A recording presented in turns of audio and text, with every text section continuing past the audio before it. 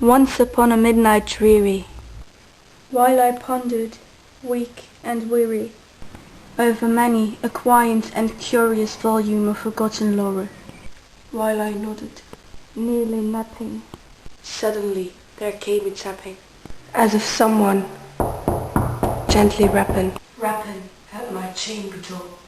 This some visitor, I muttered, tapping at my chamber door.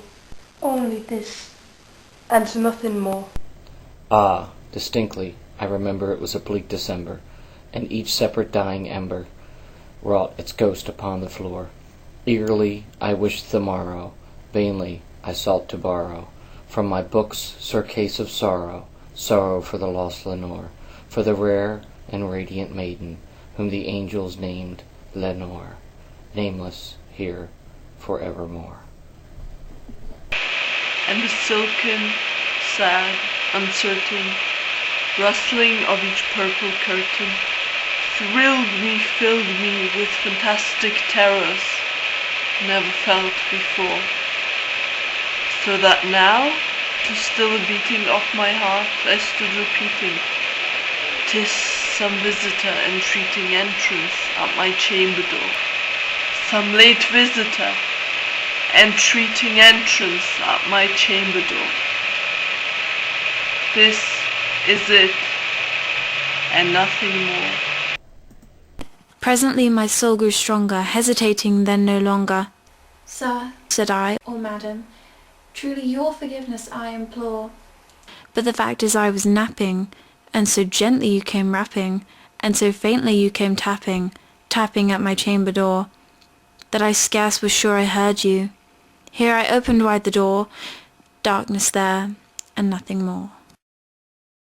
Deep into the darkness peering, long I stood there wondering, fearing, doubting, dreaming dreams no mortal ever dared to dream before. But the silence wasn't broken, and the darkness gave no token, and the only word there spoken was the whispered word, Lenore. This I whispered, and an echo murmured back the word, Lenore. Merely this and nothing more. Back into the chamber turning, all my soul within me burning. Soon again I heard a tapping somewhat louder than before.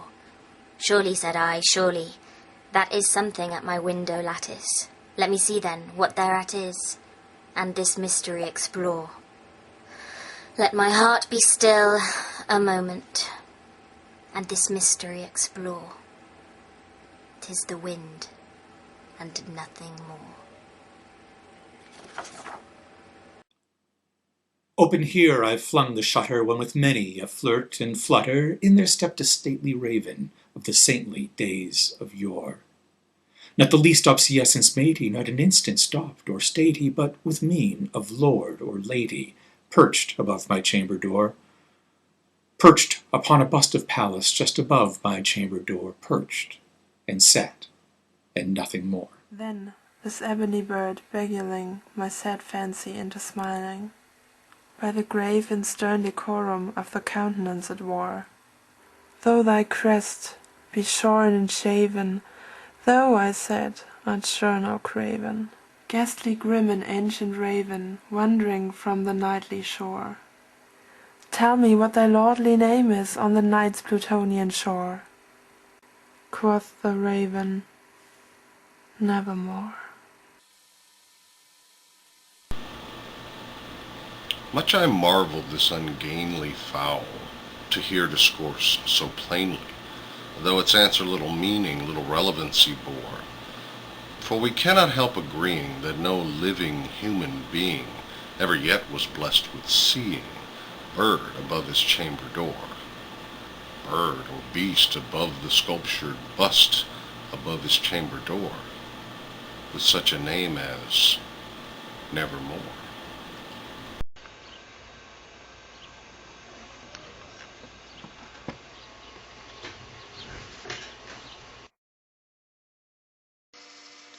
But the raven, sitting lonely on the placid bust, spoke only. that one word.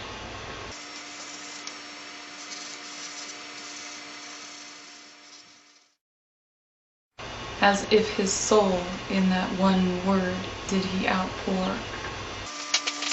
Nothing further than he uttered.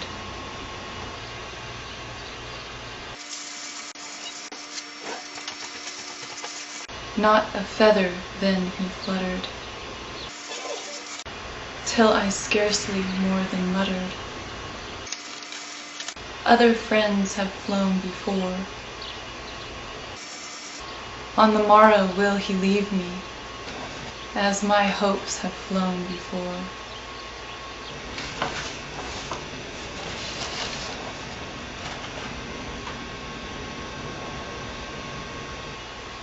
Then the bird said, Nevermore.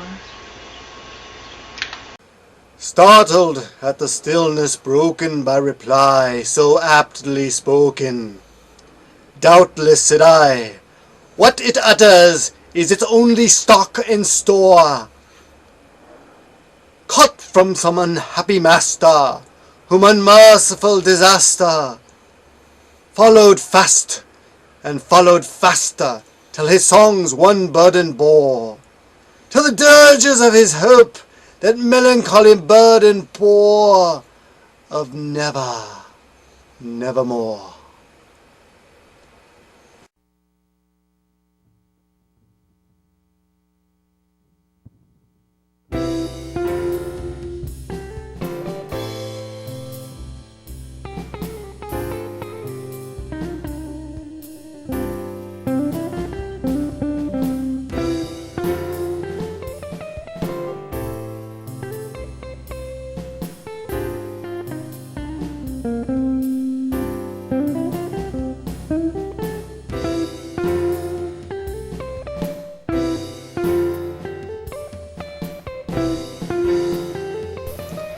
This I said, engaged in guessing, but no syllable expressing to the fowl whose fiery eyes burn into my bosom's core. This and more I said divining, with my head at ease reclining on the cushion's velvet lining that the lamplight gloated over, but whose velvet violet lining, with the lamplight gloating over, she shall press nevermore. Then methought the air grew denser, perfumed from an unseen censer, swung by angels whose faint footfalls tinkled on the tufted floor. Wretch, I cried, my God hath lent thee, by the angels has he sent thee. Respite, respite, and nepenthe from thy memories of Lenore. Quaif, oh quaif this kind nepenthe, and forget this lost Lenore. Quoth the raven, nevermore. Prophet, said I, thing of evil, prophet still, if bird or devil, whether tempter sent, or whether temptress tossed thee here ashore, desolate, yet all undaunted, on this desert land enchanted, on this home by horror haunted. Tell me truly, I implore, is there balm in Gilead? Tell me, I implore. Quoth the raven, Nevermore. Prophet, said I, thing of evil, prophet still, if bird or devil. By that heaven that bends above us, by that God we both adore, tell this soul with sorrow laden, if, within that distant Aidenn, it shall clasp a sainted maiden, whom the angels name Lenore.